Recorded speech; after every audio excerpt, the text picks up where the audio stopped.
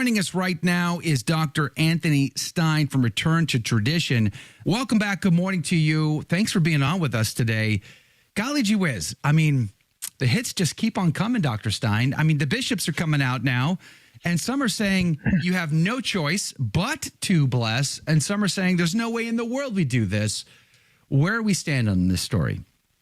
This is a very interesting story, the way it's developing. I'm reminded that Pope Francis said early on that he might be the Pope to cause a schism. And I was hoping that he was just, kind of joking. But we have the bishops from Kazakhstan, Archbishop Peta, I think. My pronunciation is probably wrong. It usually is. Along with his auxiliary bishop, the more famous Athanasius Schneider, issued a statement saying that under no circumstances will the priests of Kazakhstan do this. Now, where does a priest's first duty to obedience lie? With their ordinary or with the Holy Father? Because a decree from Rome says that the bishops have no say in this. Both this decree and Francis's statement back in October said that the bishops have no say in this, that it's up to the individual priest. Now, on the flip side of that, the Austrian bishops have come out and said that priests cannot deny anybody who wants these blessings. Where does a priest's first duty to obedience lie? With their ordinary or with the Holy Father?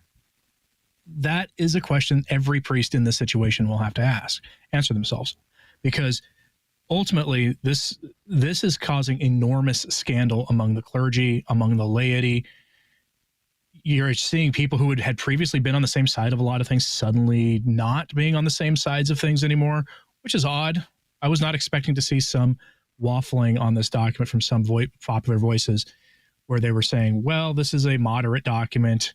It's not really moderate. If you read it, there are distinctions being made in the document that have no meaning.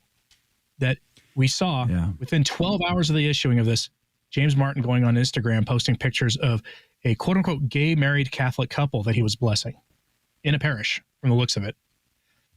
I don't know if you talked about that or not yet, but he's got the pictures of it. This is about blessing same-sex couples. They all believe this has opened wide the door to that, and yet so many, either out of naivete or just they just don't want to deal with this, and they just don't want to come to grips with the reality of what this pontificate is in fact doing, wouldn't you say? Absolutely. This is clearly about this. And I'm reminded of a report we got 2 years ago, I think now, out of Rome that said, according to one observer who was himself not the best witness because he was himself an active homosexual and an advocate for that stuff, he estimated that from his sources that something like 75% of the curia were involved in that lifestyle. Wow. And that you would find any place you go in the Western world, like a third or a half of the priests and a third or half of the bishops. Because the United States is so conservative, we can dial those numbers back a little bit, but not by that much. And it would go a long way to explaining this document and a lot of the details about this document. The other thing that nobody's really mentioning, though, is the irregular situations. If I were a Mormon on the fringes of Mormon society with multiple wives in quotes here, right? I could almost look at that document and start considering becoming a Catholic. The possibilities are now endless. Pandora's box is open. I will say this, though. Andreas Weilzer from LifeSite News has reported this morning that the archbishop there in Austria has tried to walk back through a spokesperson saying no personal obligation can be derived from a general openness to blessing same-sex couples. This is after he was asked directly, hey, can a priest say no? And he said, no, they can't say no. He said that yesterday. He's trying to walk that back today. But the African bishops aren't putting up with it, are they? You reported on this on your channel this morning. Mm-hmm. Yeah, they're not putting up with this. In fact, they told the Vatican 9 months ago that they were not going to go along with this. This was, if you start doing searches for this, you'll find unequivocal declarations back in March about this very issue. They saw this coming. And the laity scandalized. Now, I'm not surprised if you've been paying any attention whatsoever to what's going on in the church in Africa. A lot of those countries are passing laws that would make the most strident American conservative, mainstream American Protestant conservative, blush about the treatment of homosexuality in the culture. And but it's because it's much more closer to, Christendom than, frankly, where we are now, which is a statement some people might bristle at. But take a look at the culture in America. Take a look where we are now. When you speak out against this, you're going to be given a lot of problems. And I've seen a lot of observers point this out. Get ready for the Catholic Church's just bake the cake moment, because that's going to happen. You're going to have bishops and priests confronted by activists who want their, quote, union blessed by the church. And they will have Francis's document in hand. Yep. And so will the judge. Priests say no. Yeah, so will the judge. And when the good priests say no, what happens next? How many priests are going to be confronted by these activists? They're going to look for these opportunities. They're going to walk in. They're going to be wearing tuxedos, flowers, photographer. And they're like, we're just here for a blessing. That's all. We just want a blessing. No big deal. Ugly situation ahead. And all of this could have been avoided by clarity, but instead we have more ambiguity. Mm-hmm. So pray for your priests and, offer them whatever support you can. Those good ones who they will need your support for them to stand firm, because remember, your priests are human, and it'll be their moment of testing. And not everybody passes those tests, but it's much easier for them if you support them. And if you let them know that if this happens, you will have their back. So make sure to support your good priests, folks. In this case, too, do you think it'll be like that, where a lot of bishops will just quietly try to ignore this and just continue on doing what they've always done?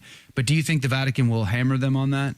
I want to say yes, except there's the one thing in the document that I haven't seen anybody else comment on is that the document itself says that the Vatican will not issue any clarifications on the document, which is a weird, probably not uncanonical thing to do.